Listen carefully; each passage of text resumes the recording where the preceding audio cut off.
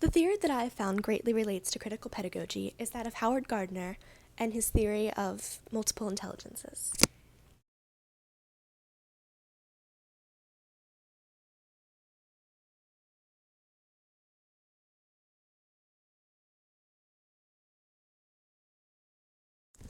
Gardner's theory of multiple intelligences states that there are 8 types of intelligences with many sub-intelligences for each. You'll find that these intelligences are not simply the ability to think things, but also the ability to do them. Each intelligence, from Gardner's point, runs independent of the others, but that's mostly for clarity because he also believes that they're linked in many ways. For example, literacy and music, he believes, are unparalleled to each other, and music and math, this would be the theory where you hear people say that musicians are often good at math or mathematicians are good at music. This is the theory that is known for that. He also believes that the traits of his theory are displayed most obviously in children because children often think out loud and are constantly learning new things and growing. But he does believe that these intelligences are still displayed in life, in later life, just not as obviously because the adult mind is more personal and more hidden. And he also believes that the intelligences are computed, which means that they're performed and lived out.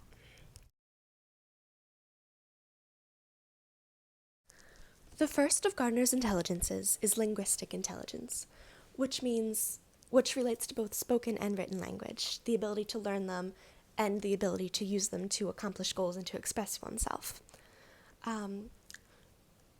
Gardner believes that writers, poets, lawyers, and speakers have the highest linguistic intelligence, but obviously everyone has some of it. The second is logical and mathematical intelligence, which means not just to be able to do things in math, but also to analyze problems logically, and many things dealing with science and to investigate things scientifically. This means to often to be able to see patterns in things, or to really just think logically. And this often is highest in scientific and mathematical people. The third, which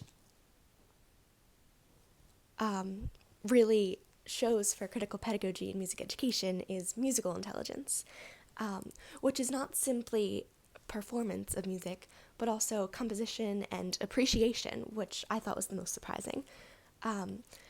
It means to be able to hear pitches and to compose things, and also to hear rhythms. This specifically runs parallel to linguistic intelligence. The fourth of Gardner's intelligences is bodily and kinesthetic intelligence, which is the ability to use one's body. He sees that this is related to mental things, and that just the ability to use it means that you have this intelligence.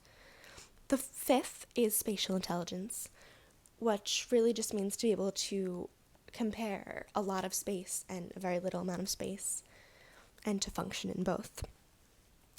The sixth is interpersonal intelligence, which means to understand other people and their intentions and motivations and really just human nature. It allows people to work well with others in groups, and it's also really just people skills. The seventh of Gardner's main intelligences is intrapersonal intelligence, which means understanding oneself and why you feel and think the way you do. The final of Gardner's intelligences is a naturalist intelligence, which means that human beings can recognize things in the environment and the world around them. And this is something that many, many cultures value very highly. Many people believe that Howard Gardner's work is directly linked to that of John Dewey, mostly in the fact that education is not simply for knowledge, but also comes with a moral obligation.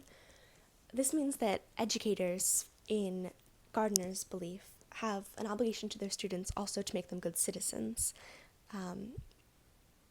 specifically in a democratic society.